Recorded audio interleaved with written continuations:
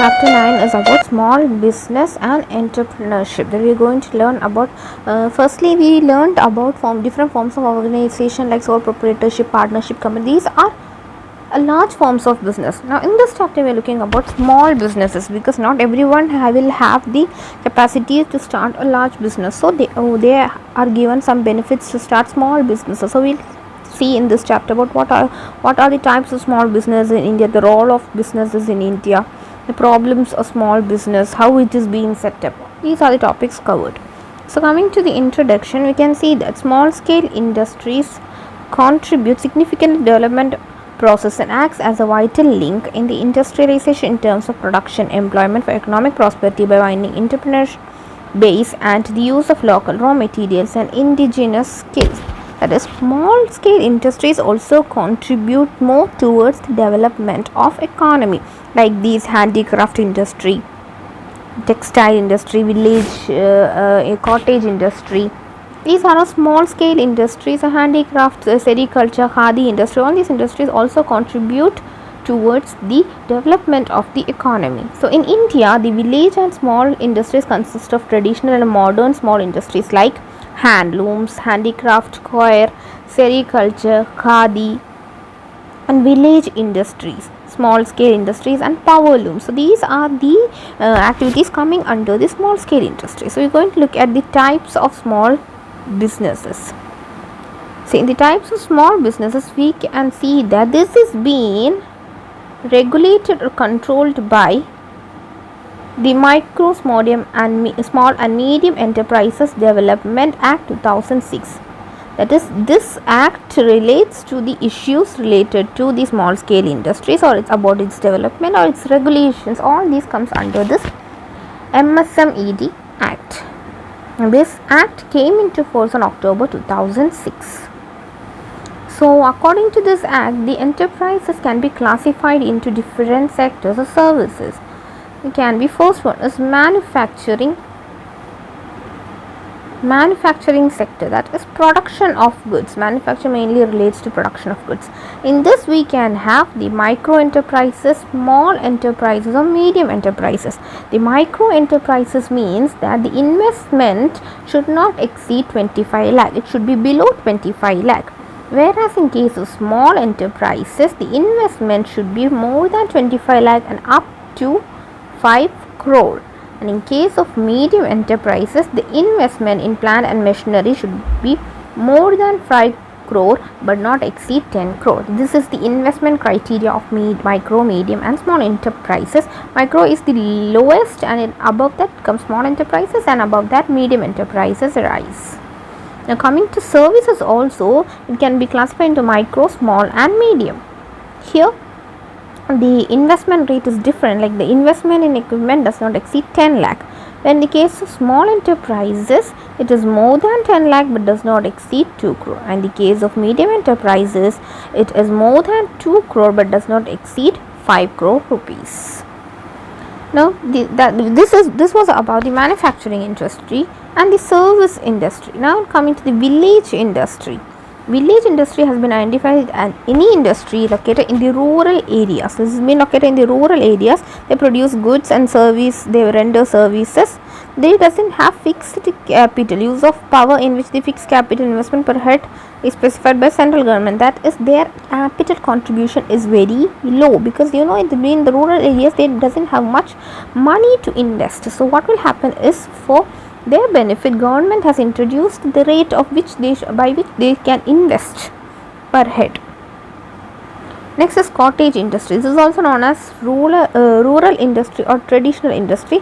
They are not defined by capital investment criteria in the case of other small scale industries. So these are not based on the criteria of capital investment.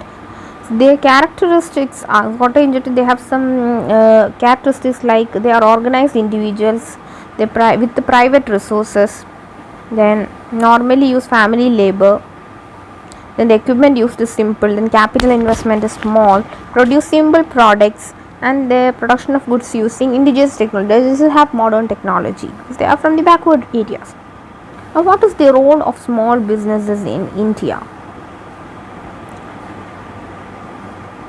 The contribution of small industries to the balanced regional development. They contribute towards the balanced regional development. That is, all the society, all the regions should have development. Not only the towns and urban areas should be developed, like the rural areas should also be developed, for they contribute to the balanced development of the country.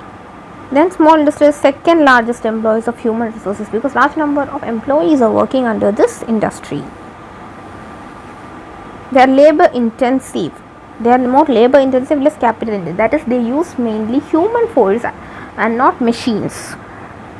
Small industries in our country supply enormous variety of products which include mass consumption goods, ready-made garments, stationery, soaps, detergent, leather, plastic, rubber goods. All these are being produced by the small industries in our country. Next is, they produce simple products using simple technology, and they depend on locally available resources. Most material and labor can be set up anywhere in the country. So they can be set up in anywhere in the country because they are using simple technologies and depend upon the raw materials, the available resources. And they also provide opportunity for entrepreneurship. They enjoy the advantage of low cost of production because they are not using any modern firms. They are using their indigenous technology. Their cost of production is low. Now, the role of small business in rural India.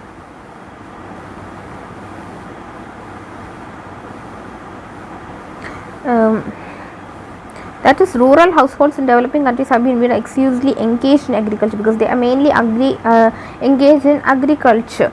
So they have very multiple sources of income. Rural households can and do participate in a wide range of non-agricultural activities. So they can not only concentrate in agricultural activities, they can concentrate on non-agricultural activities, and they can provide. This will provide them self-employment or wage employment in the sectors in which they are working. Because not only they can depend upon farming, but they can also move to different areas of employment opportunities. These village and small industries they are producer of consumer goods, and they absorb surplus labor, thereby addressing problems of poverty and unemployment. So they overcome the poverty and unemployment by working by themselves. They are providing themselves with self-employment in the agricultural areas. Now coming to the problems of small business. What are the problems faced by the small businesses? The first one is finance. That is, for starting any business activity, finance is compulsory. So problems faced by the small sector industries is that the non-availability of adequate finance to carry its operation. They doesn't have enough money to carry out its operations. Next is raw materials. They require raw materials for production. So if the required material is not available, they cannot produce the quality goods. So they need raw materials in needed quantity and quality. Then managerial skill. They need skill to do the task. So many of the small business enterprises possess around technical knowledge but are less successful in marketing the output. They know how to make products, but they doesn't know how to sell them, how to make a reach for their products. So they have low managerial skill. Next is labor. Small finance firms cannot afford to pay high salaries to the employees, which affects employee willingness to work hard and produce more. So the small business firms cannot afford to pay. They cannot pay higher salaries to employees. So this affects the employees' willingness to work hard. They will not. It will not make them. They will not have a passion to work because they are not getting enough payment. So productivity will be low, and the employee turnover, that is the employees leaving the organization, will be very high. So training should be given to them. So this is a problem. Next is marketing is one of the most important activities, and it's generate revenue. One should not only produce goods, we have to provide marketing like advertisement or the sales promotion like techniques we have to use to make this product available to the customer. So the marketing activity should be done. So they doesn't have that marketing technique, so they doesn't have knowledge in that area. Then quality. Many small business organizations do not adhere to desired standard of quality. A small business, they may not make such quality products, but they make quantity. They increase the amount, but it doesn't have quantity. So they are very weak in producing quality products, providing quality products to consumers. And capacity utilization, because they doesn't have marketing skills or or lack of demand, many small business firms operate below full capacity because they doesn't know how to market. They doesn't have the managerial skill. They cannot work with full capacity. They work below their capacity. So their capacity utilization is very low. Then technology, they are using indigenous technology and they are not shifting to new because they are from the backward area. So they need cash and they need knowledge because they are not well educated. Okay, there can be people from such background. Next is sickness. Prevalence of sickness in small industries become point to worry about policymakers and entrepreneurs. The cause of sickness are both internal and external. So include lack of skilled and trained labor, management and marketing skill. All these lack of this skill or training or management or marketing, all this can lead to sickness, that is dullness in the performance of the industry. And global competition, as today big business units are competing, huge competition is being arised. The thing is that the smaller units will not be considered because they doesn't have that much competitiveness to compete with the others. So these are the problems faced by the small industries.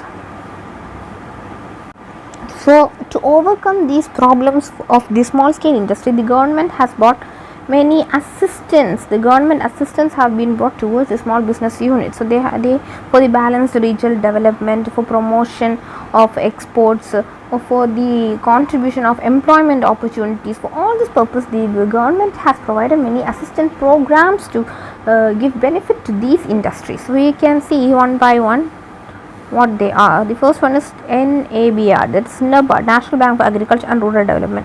So from the word itself we can see that this is given mainly for the agriculture sector, and it supports small industries, cottages, village industries, rural artisans. They provide benefit to these people of these sectors. Next is the Rsbdc, that is Rural Small Business Development Center. This is for the development of rural areas. They usually benefit socially and economically disadvantaged individuals and groups. It covers large number of rural unemployed youth and women in several trades. So they look after they provide them assistance to overcome their problems. Next is National Small Industries Corporation. Actually, they focus on supplying indigenous imported machines, then procure, supply, distributive indigenous, import raw materials, export of small business products of small business unit, then mentoring and advisory services. These are services provided by the National Small Industries Corporation. Next is Rural and Women Entrepreneurship Development. This is mainly concerned with the development of the rural women. They promoting conducive business environment and at building institution and human capital that encourage support entrepreneurial initiative rural people and women, that is bringing an entrepreneurial initiative among the women of rural areas. They create business environment, then they enhance human and institution capacities required to foster entrepreneurial dynamism and enhance productivity, provide training for women and render any other advisory services. Next is the District Industries Center. The next is Scheme of Fund for Regeneration of Traditional Industries, SFURTI. So this to make the traditional industries more productive and competitive, to facilitate the sustainable development, central government set up in 2015, that is to make the traditional industries more productive. Their objectives were to develop clusters of traditional industries, that means to develop traditional industries, to build, innovate and traditional skill, improve technologies, encourage public-private participation, develop market intelligence. For all these purposes, this scheme of fund for regeneration of traditional industries were introduced. Next is the District Industry Center. The District Industry Center was launched on 1st May 1978 with a view to providing integrated administrative framework at the district level, which would look at the problems of industrialization in the district. If any problems in the industrial sector arises, that can be looked upon by the District Industry Center. That is the identification of schemes, preparation of feasibility report, arranging credit, machinery and equipment, provision of raw material, other extension services. These are the activities provided by the District Industry Center, the ICs. This is what is meant by entrepreneurship development. As entrepreneurship is the process of setting up one's own business as distinct from pursuing any other economic activity. That is, setting up one's own business, one's wish or willingness to start a business activity. That's entrepreneurship. How can you develop such character inside An individual. So this is known as entrepreneurship development. The person who set up his business is called an entrepreneur. So how can you develop this? This is by providing them training or giving them knowledge about the importance of or the contribution of entrepreneurship in the society and the economy for the development. Here you can see the characteristics of entrepreneurship in this section. That is, it's a systematic activity. That is, it is not a mysterious gift or charm or something that happens by chance. It is systematic, step by step. It is a step by step process. It is not which is happening at suddenly. You should be an experienced person. You can gain experience, you should gain knowledge, and you should do it step by step. Then it's a lawful and purposeful activity. That is, to start a business, mainly we need the permission from lawful permission. So it is important to take the permission from the law for starting a business. So it is important to take note of this one. May try to legitimate unlawful actions as entrepreneurship on the grounds that just as entrepreneurship entails risk, so does illicit business. That is, they should be conscious that unlawful practices should not be conducted. And this innovation, then innovation may be cost saving or revenue enhancing. If it does both, it is more than welcome. Even if it does none, it is still welcome, as innovation must become a habit. That because as new business organizations are still coming up, competition is increasing, we should move with what new technology, new innovations should be brought to our product. Next is organization of production. Production implying creation of form, place, time, personal utility requires the combined utilization of factors of production: land, labor, capital, technology. All these factors of production like land, labor, capital, technology must be used. There is proper organization of all these resources for production. If they need fund, they have to convince the institution that they need money or they need supply of equipment. Whatever they need, they have to inform it. And risk taking, as every business organization has an uncertain element or risk element concerned with it, and in case of small industries also, risk taking is a factor that always affects the business. That is, he or she should be, or the business owners should be always should have the strength to bear the risk. They should be if they take high risk, they can get high return. For that purpose, they have to face the risk.